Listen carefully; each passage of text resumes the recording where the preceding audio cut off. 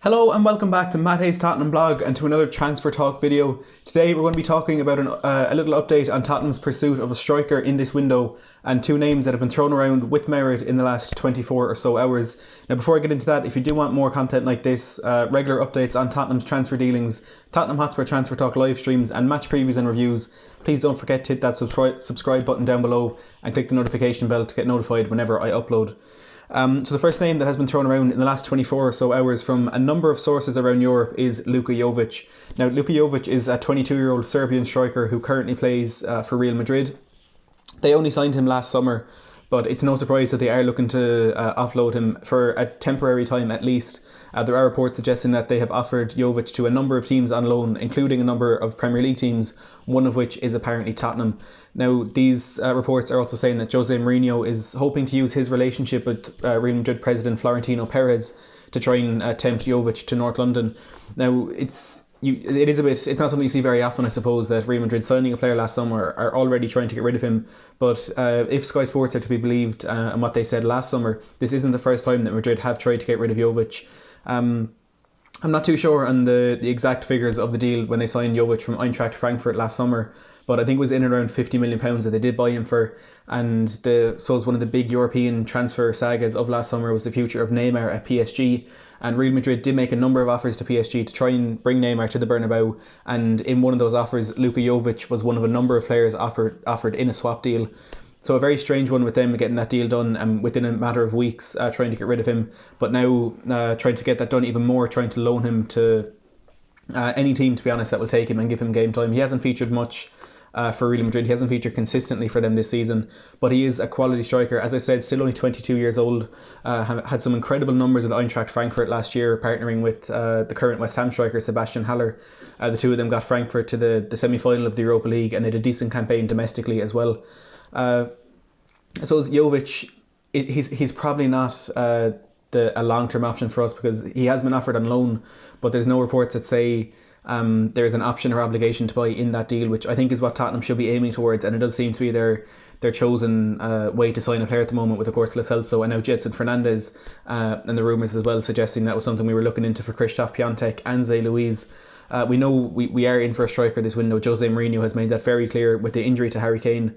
He wants to bring in a replacement for this season, but also we need one in the long term because it's the sheer volume of games that Harry Kane is playing that is leading to these injuries. You know, the frequency of his injuries throughout his career has been the same. He generally gets about 2 a season, but it's the severity of the injuries now that are dangerously increasing. And this is his first muscle injury as well. His previous injuries have all been ligament damage, mainly in his ankles, which are of course contact injuries, but this one, it was a grade 3 tear in his hamstring. So he does need a really long rest, and if we can get in a player like Luka Jovic, maybe the same quality, but perhaps not him because there isn't an option there to make the deal permanent, a player like him could allow us to rest Kane for the rest of the season and not rush him back into anything. I suppose from a non-English fan's point of view, hopefully he'll be rested and not brought to the Euros over the summer. That's where we're kind of looking at the former players like Marcus Rashford, if he is back fit.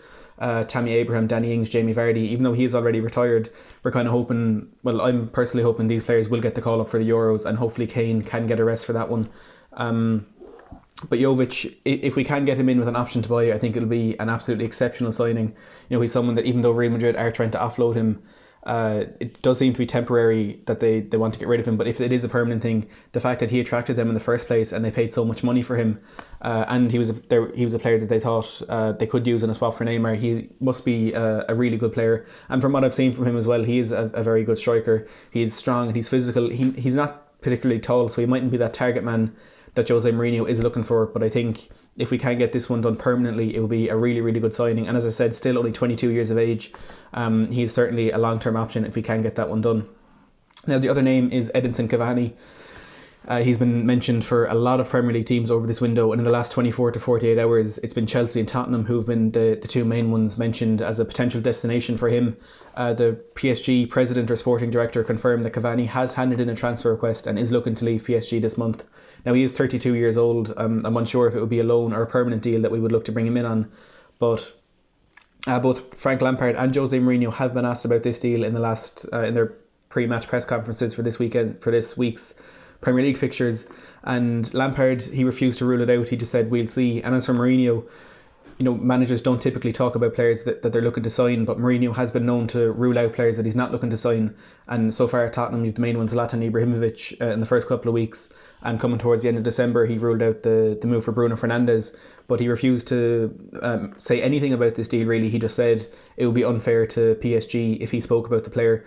So I know you can't really take that as confirmed interest or confirmed bid, I suppose, but I personally think it's interesting that the way Mourinho has been so quick to rule out these moves that he's not looking to complete. The fact that he didn't do that with Cavani suggests there may be some sort of interest there. But with about 10 days left in the transfer window, I'm sure if one of these deals is going to materialise, it will happen very quickly over the next couple of days. And I think both of them are good options if we can get permanently. Probably Jovic being the better option. He's much younger, and Cavani hasn't had much game time at PSG this year. He has certainly passed his best, but he's still a world-class striker that could do a job for us over the next 3 or 4 months with Harry Kane being injured. Don't forget to leave down in the comments below your opinions on the links to these two strikers. Plus, like this video if you enjoyed it, and subscribe if you haven't already. Thanks for watching.